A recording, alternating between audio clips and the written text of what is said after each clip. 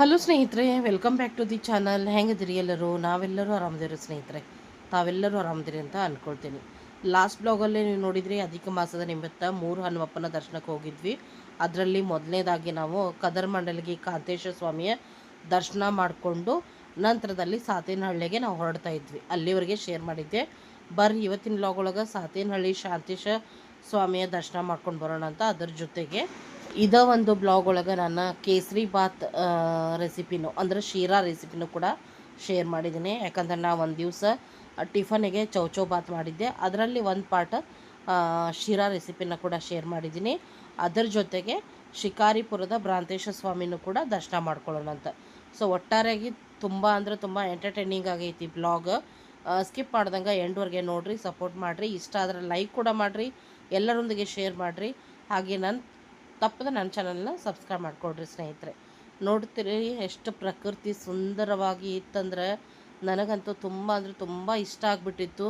ಅದ್ರಾಗ ಮುಂದನ ಕೂತಿದ್ದೆ, ನೋಡ್ತಾ ಇರ್ಬೋದು ನೀವು ಆಕಾಶ, ಆ ಒಂದು ಹಸಿರು, ಆ ಒಂದು ರಸ್ತೆ ಮತ್ತು ನೀರು ಬ್ಯೂಟಿಫುಲ್ ಅಂದರೆ ಬ್ಯೂಟಿಫುಲ್ಲಾಗಿ ಕಾಣಕತ್ತಿತ್ತು.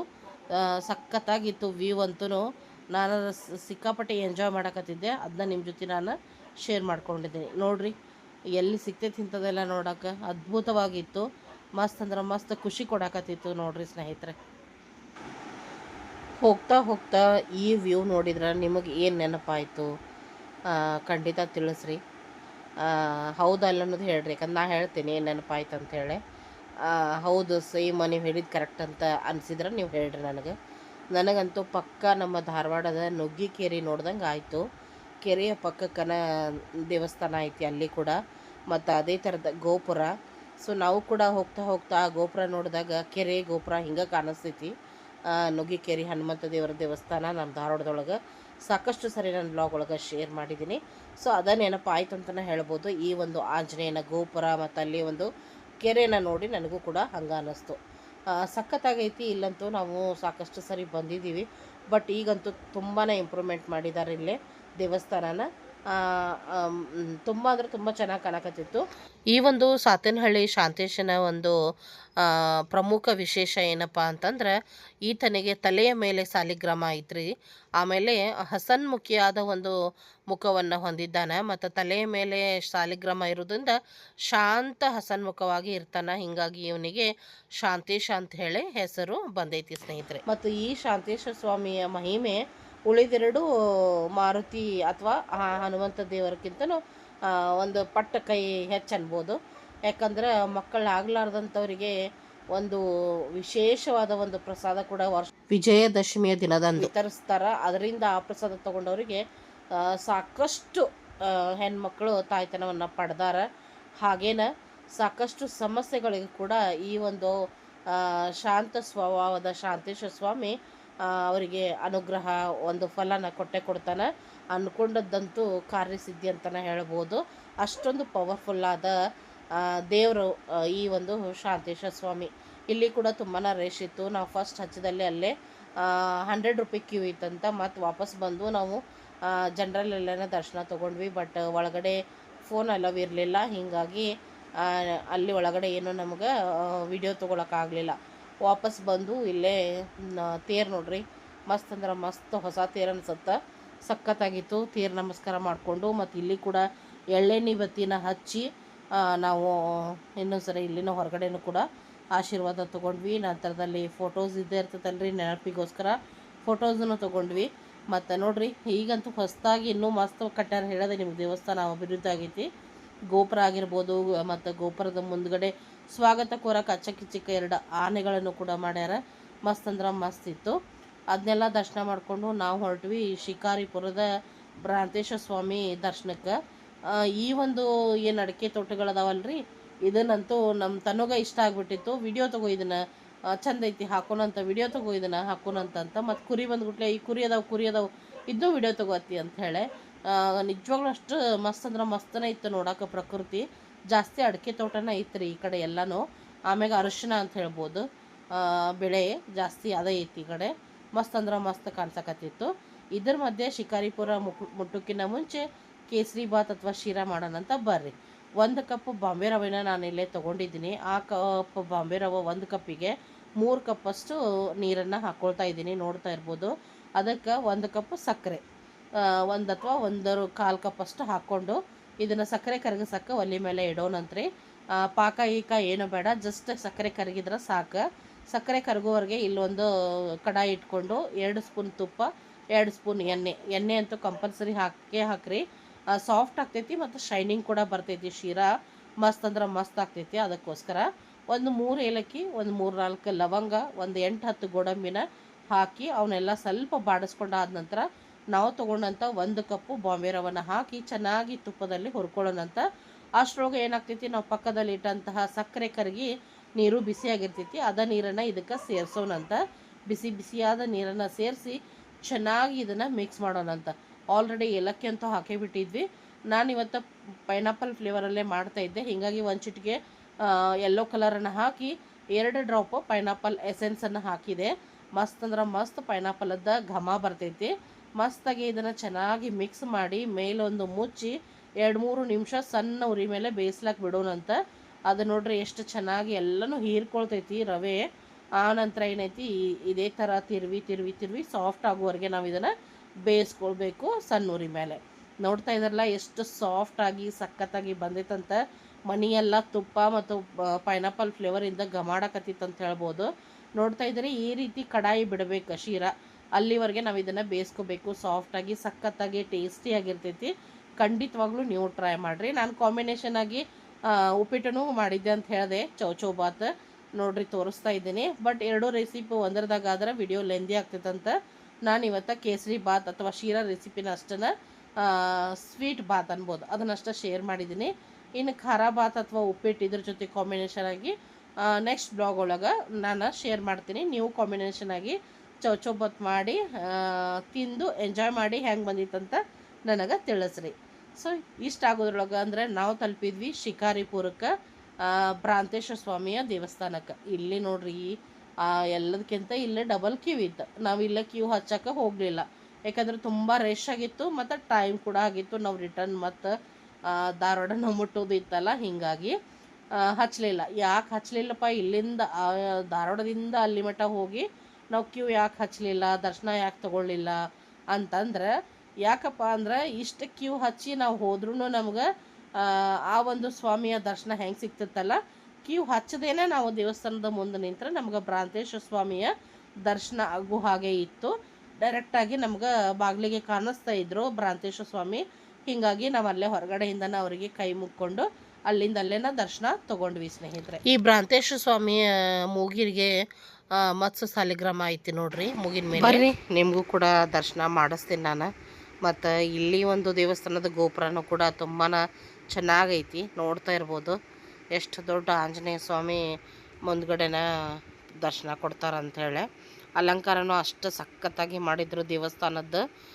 ಹೇಳಿದಾಗೆ ತುಂಬಾ ರಶ್ ಇತ್ತು, ಸಾಕಷ್ಟು ಭಕ್ತರು ಬಂದಿದ್ದರು. ಸಂಡೇ ಆದ್ದರಿಂದ ಅಂದ್ಕೊಳ್ತೀನಿ ತುಂಬಾ ರಶ್ ಇತ್ತು. ಈಗ ಬರ್ರಿ ಇಲ್ಲೇ ಹೊರಗಡೆಯಿಂದನೇ ನಾವು ಭ್ರಾಂತೇಶ್ವರ ದರ್ಶನ ತೊಗೊಳ್ಳೋಣಂತ. ಆಲ್ಮೋಸ್ಟ್ ಜನ ರಶ್ ಇರೋದಕ್ಕೆ ಅದನ್ನೇ ಮಾಡ್ತಾಯಿದ್ರು. ಸ್ವಲ್ಪ ಹತ್ತಿರದಿಂದ ಆಗ್ತಿತ್ತು, ಕ್ಯೂ ಹಚ್ಚಿ ನಾವು ಒಳಗೆ ಹೋಗಿದ್ರೆ ಅವ್ರನ್ನ ಹತ್ತಿರದಿಂದ ನೋಡ್ಬೋದಿತ್ತು. ಆದರೆ ಸಮಯದ ಅಭಾವ, ಏನು ಮಾಡೋಕ್ಕೆ ಬರೋಂಗಿಲ್ಲ. ಅದಕ್ಕೋಸ್ಕರ ನಾವಿಲ್ಲೇ ಹೊರಗಡೆಯಿಂದನೇ ಅವರ ಒಂದು ದರ್ಶನನ ತೊಗೊಂಡ್ವಿ. ಈಗಂತೂ ಮೊಬೈಲ್ ಅಲ್ವಾ, ಜೂಮ್ ಹಾಕಿ ದೂರ ಇರುವ ಆಂಜನೇಯನ ಹತ್ತಿರದ ಕರೆಸ್ಕೊಂಡು ದರ್ಶನ ತೊಗೊಂಡಂಗೆ ಅನ್ನಿಸ್ತು. ನೋಡ್ತಾ ಇರ್ಬೋದು ನೀವು. ಇಲ್ಲಿನೂ ಕೂಡ ಬಲಗಡೆನ ಮುಖ ಮಾಡಿದ ಒಂದು ಆಂಜನೇಯನ ವಿಗ್ರಹನ ನಾವಿಲ್ಲೇ ನೋಡ್ತೀವಿ. ತುಂಬ ಅಂದರೆ ತುಂಬಾ ಚೆನ್ನಾಗೈತಿ. ಖಂಡಿತವಾಗ್ಲೂ ನೀವು ಕೂಡ ಇಲ್ಲಿಂದನ ದರ್ಶನ ಮಾಡಿಕೊಡ್ರಿ ಸ್ನೇಹಿತರೆ. ಕಾಣಿಸ್ತಾ ಇದೆ ಅಂದ್ಕೊಳ್ತೀನಿ. ಇವರ ಮೂಲ ಹೆಸರು ಭ್ರಾಂತೇಶ್ ಅಂತಲೇ ಇರೋದು. ಬಟ್ ಇವರಿಗೆ ಇನ್ನೊಂದು ಹೊಸ ನಾಮಕರಣ ಆಗಿದ್ದು ಹುಚ್ಚರಾಯ ಸ್ವಾಮಿ ಅಂತ ಹೇಳಿ. ಹೌದು ಸ್ನೇಹಿತರೆ, ಅದಕ್ಕೂ ಒಂದು ಇತಿಹಾಸ ಐತಿ. ಭ್ರಾಂತೇಶ್ವರ ಸ್ವಾಮಿಯವರು ಇದ್ದಾಗ ಪುಂಡರು, ಆಗಿನ ಕಾಲದಲ್ಲಿ ಪುಂಡರು ಏನಿದ್ದಾರೆ ಆವಾಗ ಆ ಒಂದು ವಿಗ್ರಹನ ಒಡೆದು ನದಿಗೆ ಎಸೆದಿದ್ರಂತೆ. ಬರುವ ಪೀಳಿಗೆ ಬಂದಂಗೆ ಸ್ವಲ್ಪ ವರ್ಷಗಳ ಕಳೆದಂಗೆ ಒಂದು ಪಾಳೆಗಾರರ ಕನಸಲ್ಲಿ ಬಂದು, ನಾ ಇಂಥ ನದಿ ಒಳಗದೇನಿ, ನನ್ನ ಮೇಲೆ ಸ್ನಾನ ಮಾಡ್ತಾರೆ, ಬಟ್ಟೆ ಒಗಿತಾರೆ, ನನಗೆ ಅಲ್ಲಿಂದ ತಂದು ಪ್ರತಿಷ್ಠಾಪನೆ ಮಾಡು ಅಂತ ಅವ್ರಿಗೆ ಕನಸಲ್ಲಿ ಇದಾದಮೇಲೆ ಅವ್ರು ಹೋಗಿ ಅದನ್ನು ನೋಡಿದಾಗ ಅಲ್ಲಿ ಒಂದು ಕಲ್ಲು ಇರ್ತೈತಿ. ಆ ಕಲ್ಲನ್ನು ಹೊಳ್ಳಿಸಿದಾಗ ಇವರ ಒಂದು ಶ ರೂಪ ಆ ಕಲ್ಲಿನ ಹಿಂದೆ ಇರ್ತೈತಿ. ಆವಾಗ ಅದನ್ನು ಅವರ ಒಂದು ಆಜ್ಞೆ ಆದಂತನ ಅದನ್ನು ತೊಗೊಂಡು ಬಂದು ಇಲ್ಲಿ ಪ್ರತಿಷ್ಠಾಪನೆ ಮಾಡಬೇಕಂತ ಹಾರಿಯಲ್ಲಿ ಹಾಕಿ ಅದನ್ನು ಎಬ್ಬಿಸಿ ತೆಗೆಯುವಾಗ ಅವರ ಮೂಗಿಗೆ ಧಕ್ಕೆ ಉಂಟಾಗ್ತೈತಿ. ಅಂದ್ರೆ ಏನಂತೀರಿ ನೀವು, ಮುಕ್ಕಾಗ್ತೈತಿ. ಮುಕ್ಕಾದಂಥ ಒಂದು ಶಿಲೆನ ನಾವು ಪ್ರತಿಷ್ಠಾಪನೆ ಮಾಡಕ್ಕೆ ಬರಂಗಿಲ್ಲ ಅಂಥೇಳಿ ಆ ಪಾಳೆಗಾರ ಆಗಿರ್ಬೋದು, ಊರು ಜನ ಆಗಿರ್ಬೋದು, ಹಿಂಗೆ ಅಂದ್ಗುಟ್ಲೆ ಅಂದ್ರೆ ಅದನ್ನು ಅಲ್ಲಿಗೆ ಬಿಟ್ಟು ಬರ್ತಾರೆ. ಬಿಟ್ಟು ಬಂದಮೇಲೆ ಅವರಿಗೆ ರಾತ್ರಿ ಎಲ್ಲ ನಿದ್ದೆನೇ ಬರಲ್ಲ. ಏನು ದೇವರು ನನಗೆ ಈ ಥರ ಕನಸಲ್ಲಿ ಹಿಂಗಾಯಿತು, ಮತ್ತು ಇದು ತೆಗಿಬೇಕಂದ್ರೆ ಮುಕ್ಕಾಯಿತು, ಪ್ರತಿಷ್ಠಾಪನೆ ಮಾಡೋಕ್ಕೆ ಬರಂಗಿಲ್ಲ ಅಂತ ಅವ್ರು ಚಿಂತೆಗೊಳಗಾದಾಗ ಮತ್ತು ಅವ್ರಿಗೆ ಏನೈತಿ ಕನಸಲ್ಲಿ ಬಂದು, ಇಲ್ಲ ನೀನು ಒಂದು ಮತ್ಸ್ಯ ಸಾಲಿಗ್ರಾಮ ಅಂತ ಸಿಗ್ತೈತಿ, ಅದನ್ನು ತಂದು ಆ ಒಂದು ಮೂಗಿನ ಜಾಗಕ್ಕೆ ಇಟ್ಟರೆ ಆ ಒಂದು ಶಿಲೆ ಏನಾಗ್ತೈತಿ ಪೂಜೆಗೆ ಮತ್ತು ಶ್ರೇಷ್ಠ ಆಗ್ತೈತಿ. ಅದನ್ನು ನೀವು ಪ್ರತಿಷ್ಠಾಪನೆ ಮಾಡೋಕೆ ಅವಕಾಶ ಸಿಗ್ತೈತಿ. ಅದಕ್ಕೆ ಸಾಲಿಗ್ರಾಮ ತರಿಸಿ ಅದನ್ನು ಪ್ರತಿಷ್ಠಾಪನೆ ಮಾಡಿಸು ಅಂತ ಹೇಳಿ ಅವರಿಗೆ ಆಜ್ಞೆ ಆಗ್ತೈತಿ. ಆಜ್ಞೆ ಆದಾಗ ಈ ಒಂದು ಈಗೇನು ದೇವಸ್ಥಾನ ಐತಿ, ಇಲ್ಲೇನೈತಿ ಒಂದು ಆಶ್ರಮ ಅಥವಾ ಒಂದು ಸನ್ಯಾಸಿಗಳ ಒಂದು ಸ್ಥಾನ ಆಗಿರ್ತೈತಿ. ಈ ಸ್ಥಾನ ಪಾಳೆಗಾರ ಬಂದು, ಪಾಳೆಗಾರ ನಾನು ಇಲ್ಲಿ ದೇವಸ್ಥಾನನ ಮಾಡಬೇಕು, ನನಗೆ ಈ ಜಾಗ ಬಿಟ್ಕೊಡು ಅಂದ್ರೆ ಅಲ್ಲಿ ಅವರು ಬಿಟ್ಕೊಡಂಗಿಲ್ಲ. ಹೊಳ್ಳಿ ಮತ್ತು ಆಂಜನೇಯ ಅವರ ಒಂದು ಕನಸಲ್ಲಿ ಬಂದು ಇದನ್ನು ಬಿಟ್ಟುಕೊಡ್ರಿ, ನೀವು ನಿಮ್ಮ ಹೆಸರನ್ನು ಆಂಜನೇಯ ಸ್ವಾಮಿಗೆ ಇಡೋ ಹಾಗೆ ನೀವು ಅಪ್ಪನೆ ಕೇಳ್ರಿ ಅಂತ ಹೇಳಿ ಕೇಳಿದಾಗ ಅವ್ರು ಹೋಗಿ ಪಾಳೆಗಾರಿಗೆ ನಾನು ಜಾಗ ಬಿಟ್ಕೊಡ್ತೀನಿ, ಆದರೆ ನನ್ನ ಹೆಸರು ಆ ದೇವರಿಗೆ ಇಡಬೇಕು ಅಂಥೇಳಿ. ಅವರ ಹೆಸರು ಹುಚ್ಚ ಸ್ವಾಮಿ, ಹುಚ್ಚಪ್ಪ ಏನೋ ಇರ್ತೈತಿ. ಸೊ ಹೀಗಾಗಿ ಮತ್ತು ಅದನ್ನು ಸ್ಥಾಪನೆ ಮಾಡೋರು ಯಾರು ಅಂದಾಗ ಒಂದು ಏನಪ್ಪ ಅಂದ್ರೆ ದಾಸರಾಯರು ಬಂದು ಅದನ್ನು ಇದನ್ನು ಮಾಡ್ತಾರೆ, ಸ್ಥಾಪನೆ ಮಾಡ್ತಾರೆ. ಹೀಗಾಗಿ ಅದನ್ನು ಆ ಒಂದು ಸನ್ಯಾಸಿ ಅಥವಾ ಸಂತರು ಏನಿರ್ತಾರೆ ಅವ್ರದ್ದು ಹೆಸರು ಹುಚ್ಚ, ಮತ್ತು ಇದನ್ನು ಸ್ಥಾಪನೆ ಮಾಡಿದ ದಾಸರಾಯರ ಒಂದು ರಾಯ ಅಂತ ತಗೊಂಡು ಮುಂದೆ ಇದನ್ನು ಸ್ವಾಮಿ ಮಾಡಿ ಹುಚ್ಚರಾಯ ಸ್ವಾಮಿ ಅಂತ ಹೊಸ ನಾಮಕರಣ ಮಾಡಿ ಈ ಒಂದು ಪ್ರತಿಷ್ಠಾಪನೆ ಆಗ್ತೈತಿ. ಮತ್ತು ಕೆರೆಯಿಂದ ತರುವಾಗ ಎಲ್ಲಿ ಆ ಒಂದು ಚಕ್ಕಡಿ ಮೇಲೆ ತರುವಾಗ ಆ ಚಕ್ಕಡಿಯ ಒಂದು ಇದು ಎಲ್ಲಿ ಮುರಿತೈತಿ, ಎಲ್ಲಿ ಬಂದು ನಿಲ್ತೈತಿ ಅಲ್ಲೇ ಸ್ಥಾಪನೆ ಆಗಬೇಕು ಅಂತ ಹೇಳಿ ಆಜ್ಞೆ ಆಗಿರ್ತೈತಿ. ಈ ಸ್ಥಳದಾಗ ಬಂದು ಅದು ಚಕ್ಕಡಿಯ ಒಂದು ಇದು ಮುರಿದ ಆದಮೇಲೆ ಅದನ್ನು ಈ ಒಂದು ಶಿಲೆನ ಇಲ್ಲೇ ಸ್ಥಾಪನೆ ಮಾಡಲಾಯಿತು. ಸ್ಥಾಪನೆ ಮಾಡಿ ಆದ ನಂತರ ಹೊಸದಾಗಿ ಹುಚ್ಚರಾಯ ಸ್ವಾಮಿ ಅಂತ ಹೆಸರು ಇವರಿಗೆ ಬಂತು ಸ್ನೇಹಿತರೆ. ಇದು ನನಗೆ ತಿಳಿದ ಮಟ್ಟಿಗೆ ಗೊತ್ತಿರುವಂತಹ ಒಂದು ಇತಿಹಾಸದ ಕತೆ ಅಂತ ಹೇಳ್ಬೋದು. ಇದೇ ಸತ್ಯವಾದ ಕತೆ ಅಂತಲೂ ಹೇಳ್ತಾರೆ. ಸೊ ಈ ರೀತಿಯಾಗಿ ಭ್ರಾಂತೇಶ ಸ್ವಾಮಿ ಹೋಗಿ ಹುಚ್ಚರಾಯ ಸ್ವಾಮಿಯಾಗಿ ಇಲ್ಲಿ ಮರು ಪ್ರತಿಷ್ಠಾಪನೆ ಆದಂತಹ ಕತೆ ಇದಾಗೈತಿ ಸ್ನೇಹಿತರೆ. ಮತ್ತು ನಾ ಫಸ್ಟ ಹೇಳಿದೆ, ಈ 3 ಆಂಜನೇಯನ ಅಧಿಕ ಮಾಸದೊಳಗನ ಸೂರ್ಯಾಸ್ತ ಆಗೋದ್ರೊಳಗನ ದರ್ಶನ ಮಾಡಬೇಕು ಅಂತ. ಒಂದೇ ದಿನದೊಳಗೆ ಸೂರ್ಯೋದಯದಿಂದ ಸೂರ್ಯಾಸ್ತ ಒಳಗೆ 3 ಆಂಜನೇಯ ಸ್ವಾಮಿ ಅಂದ್ರೆ ಕಾಂತೇಶ, ಶಾಂತೇಶ, ಭ್ರಾಂತೇಶ 3 ಜನರ ದರ್ಶನ ಆಗಲೇಬೇಕು ಅಂಥೇಳಿ. ಯಾಕಪ್ಪ ಅಂತಂದ್ರೆ ಆ ರೀತಿ ಅಧಿಕ ಮಾಸದೊಳಗೆ 3 ಆಂಜನೇಯರನ್ನ ಒಂದೇ ದಿನ ಸೂರ್ಯಾಸ್ತ ಒಳಗೆ ದರ್ಶನ ಮಾಡೋದ್ರಿಂದ ಕಾಶಿ ಯಾತ್ರೆ ಮಾಡಿ ಬಂದಷ್ಟು, ವಿಶ್ವನಾಥನ ದರ್ಶನ ಪಡೆದಷ್ಟು ಪುಣ್ಯ ಸಿಗ್ತೈತಿ ಅನ್ನೋಸ್ಕರ ನಾವು ಒಂದೇ ದಿನದೊಳಗೆ ದರ್ಶನನ ಪಡೆಯುವಂಥ ಒಂದು ಇತಿಹಾಸ, ಮಹತ್ವ, ಪ್ರಾಮುಖ್ಯತೆ ಇದಾಗೈತಿ ನೋಡ್ರಿ ಸ್ನೇಹಿತರೆ. ಅದಕ್ಕೋಸ್ಕರನ ಇಷ್ಟೊಂದು ಭಕ್ತಾದಿಗಳು ಅಧಿಕ ಮಾಸದೊಳಗೆ ಬರ್ತಾರೆ ಸ್ನೇಹಿತರೆ.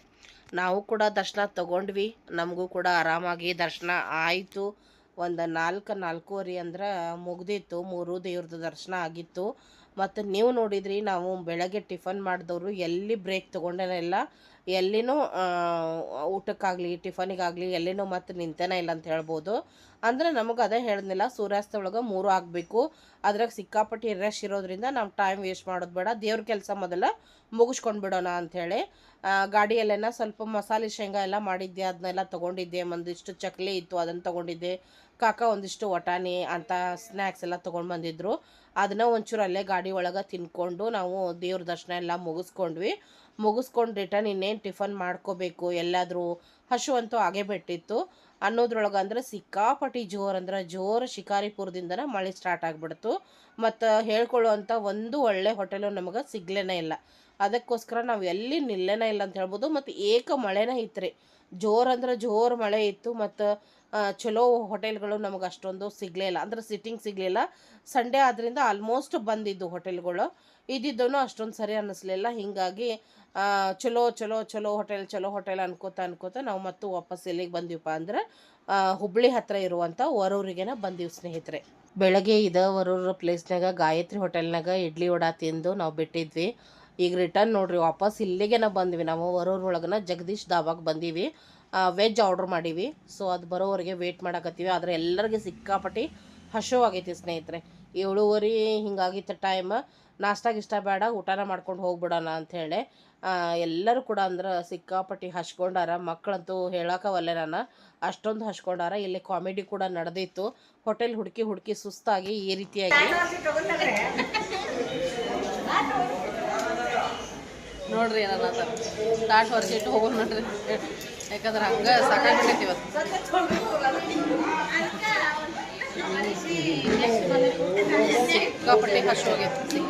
ಸಿಕ್ಕಾಪಟ್ಟೆ ಹಸಿವಾಗೈತಿ. ಅದಕ್ಕೆ ಒಮ್ಮೆ ನಾವು ಈಗ ನಾಷ್ಟಾಗಿಷ್ಟ ಏನಿಲ್ಲ, ಊಟನ ಮಾಡಕತ್ತೀವಿ ರೀ. ವೆಜ್ ಊಟ ಮಾಡಕ್ಕೆ ಬಂದೀವಿ. ಊಟ ಮಾಡ್ಕೊಂಡು ಮನೆಗೆ ಹೋಗ್ಬೋದು. ದಾಲ್ ಫ್ರೈ, ಮಿಕ್ಸ್ ವೆಜ್ಜು, ತಂದೂರಿ ರೋಟಿ, ಹಾಗೆ ಜೀರಾ ರೈಸು, ಸಿಂಪಲ್ ಆದ ಊಟ ಆರ್ಡ್ರ್ ಆಗಿತ್ತು.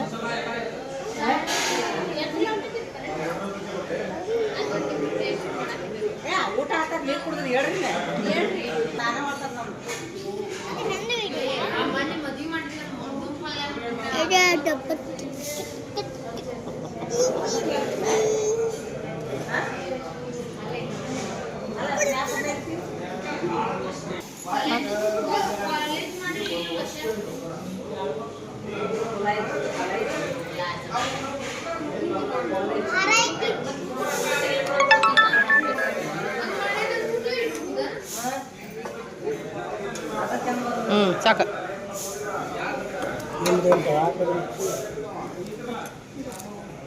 ತಗೊಂಡು ಸ್ಟಾರ್ಟ್ ಮಾಡು. ಬಡ ಇದೊಂದು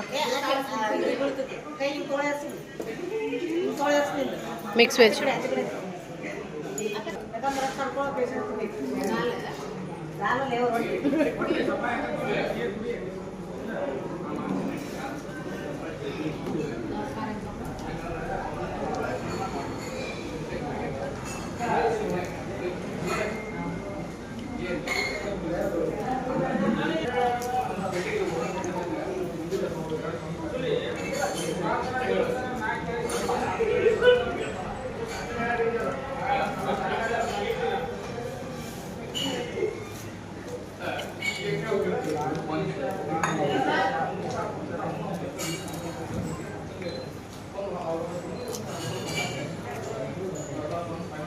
ನೋಡಿದ್ರಲ್ಲ ಸ್ನೇಹಿತರೆ, ಒಂದೊಂದು ಟೇಬಲಿಗೆ ಸರ್ವ್ ಮಾಡ್ತಾ ಹೋದ್ರೆ ಇಷ್ಟರದ್ದು ಬರೋ ಮಟ್ಟ ಯಾರು ವೇಟ ಮಾಡಿಲ್ಲ. ಹಸಿವಾಗಿತ್ತು.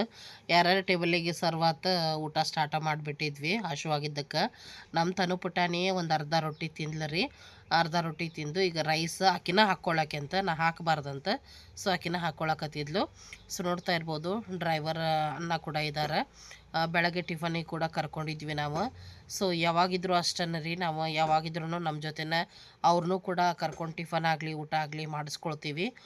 ಮೊದಲಿಂದನೂ ನಮಗೆ ರೂಢಿನ, ಯಾಕಂದ್ರೆ ನಮ್ಮ ತಮ್ಮರು ಅದ ಉದ್ಯೋಗದಾಗಲ ಅದಾರ. ಸೊ ಹೀಗಾಗಿ ನಾವು ಯಾವಾಗಲೂ ಅವ್ರಿಗೆ ಅಲಕ್ಷ್ಯ ಮಾಡಂಗೇನ ಇಲ್ಲ. ನೀವು ಕೂಡ ಮಾಡೋಕ್ಕೆ ಹೋಗ್ಬೇಡ್ರಿ, ಯಾಕಂದ್ರೆ ನಮ್ಮನ್ನವರು ಸೇಫಾಗಿ ಕರ್ಕೊಂಡು ಹೋಗಿ ಸೇಫಾಗಿ ಕರ್ಕೊಂಡು ಬರೋದಿರ್ತೈತಿ. ನಮ್ಮೆಲ್ಲರ ಜವಾಬ್ದಾರಿ ಅವ್ರ ಮ್ಯಾಗ ಇರ್ತೈತಿ. ನಾವು ಅವ್ರನ್ನ ಚೆನ್ನಾಗಿ ನೋಡ್ಕೊಳ್ಬೇಕು. ನಮ್ಮ ಜೊತೆ ಚಹಾ ಆಗಲಿ ಟಿಫನ್ ಆಗಲಿ ಊಟ ಆಗಲಿ ಅವ್ರಿಗೆ ಮಾಡಿಸ್ಬೇಕು. ದುಡ್ಡು ಕೊಡ್ತೀವಿ ಅವ್ರಿಗೆ ಇಲ್ಲ ಅಂತಲ್ಲ, ಬಟ್ ಇದೊಂದು ಏನೈತಲ್ಲ ತುಂಬ ಅಂದ್ರೆ ತುಂಬ ಇಂಪಾರ್ಟೆಂಟ್ ಆಗಿರ್ತೈತಿ. ನಾವು ಅವ್ರಿಗೆ ಎಷ್ಟು ಚೆನ್ನಾಗಿ ಖುಷಿಯಾಗಿ ನೋಡ್ಕೊಳ್ತೀವಿ, ನಾವು ಅಷ್ಟು ಸೇಫಾಗಿ ಹೋಗಿ ಬರ್ತೀವಿ ಅನ್ನೋ ನಂಬಿಕೆ ನಂದಾಗಿರ್ತೈತಿ. ಹೀಗಾಗಿ ನೀವು ಕೂಡ ಎಲ್ಲೇ ಜರ್ನಿ ಮಾಡಲಿ ಡ್ರೈವರ್ಗಳಿಗೆ ಚೆನ್ನಾಗಿ ನೋಡ್ಕೊಳ್ರಿ ಅಂತ ಕೇಳ್ಕೊಳ್ತೀನಿ ಸ್ನೇಹಿತರೆ. ಸೊ ನಮ್ಮ ಹತ್ರ ರಿಟರ್ನ್ ನಾವು ಅಲ್ಲಿಂದ ಬಂದ್ವಿ. ಈಗ ಎಲ್ಲಿ ಅಂದ್ರೆ ಚಿಕ್ಕಮ್ಮವ್ರ ಮನೆಗೆ ಅವ್ರಿಗೆ ಡ್ರಾಪ್ ಮಾಡಕ್ಕೆ ಬಂದೀವಿ ನೋಡ್ರಿ. ನಾವು ಮಳೆ ಅಂತೂ ಇತ್ತು, ಬಟ್ ನಮ್ಮ ಕಡೆ ಕಡಿಮೆ ಇತ್ತು ರೀ. ಈ ಕಡೆ ಧಾರವಾಡ ಕಡೆ ಕಡಿಮೆ ಇತ್ತು ಮಳೆ. ಈಗೇನೈತಿ ಚಿಕ್ಕಮ್ಮವ್ರಿಗೆ ಡ್ರಾಪ್ ಮಾಡಿ ನಾವು ಮನೆಗೆ ಹೋಗೋದಂತ. ಈ ಬ್ಲಾಗ್ ನಿಮ್ಗೆ ಹೆಂಗೆ ಅನ್ನಿಸ್ತಾ ಖಂಡಿತವಾಗ್ಲೂ ತಿಳಿಸ್ರಿ. ಅವರ ತೆಗಿತಾರೆ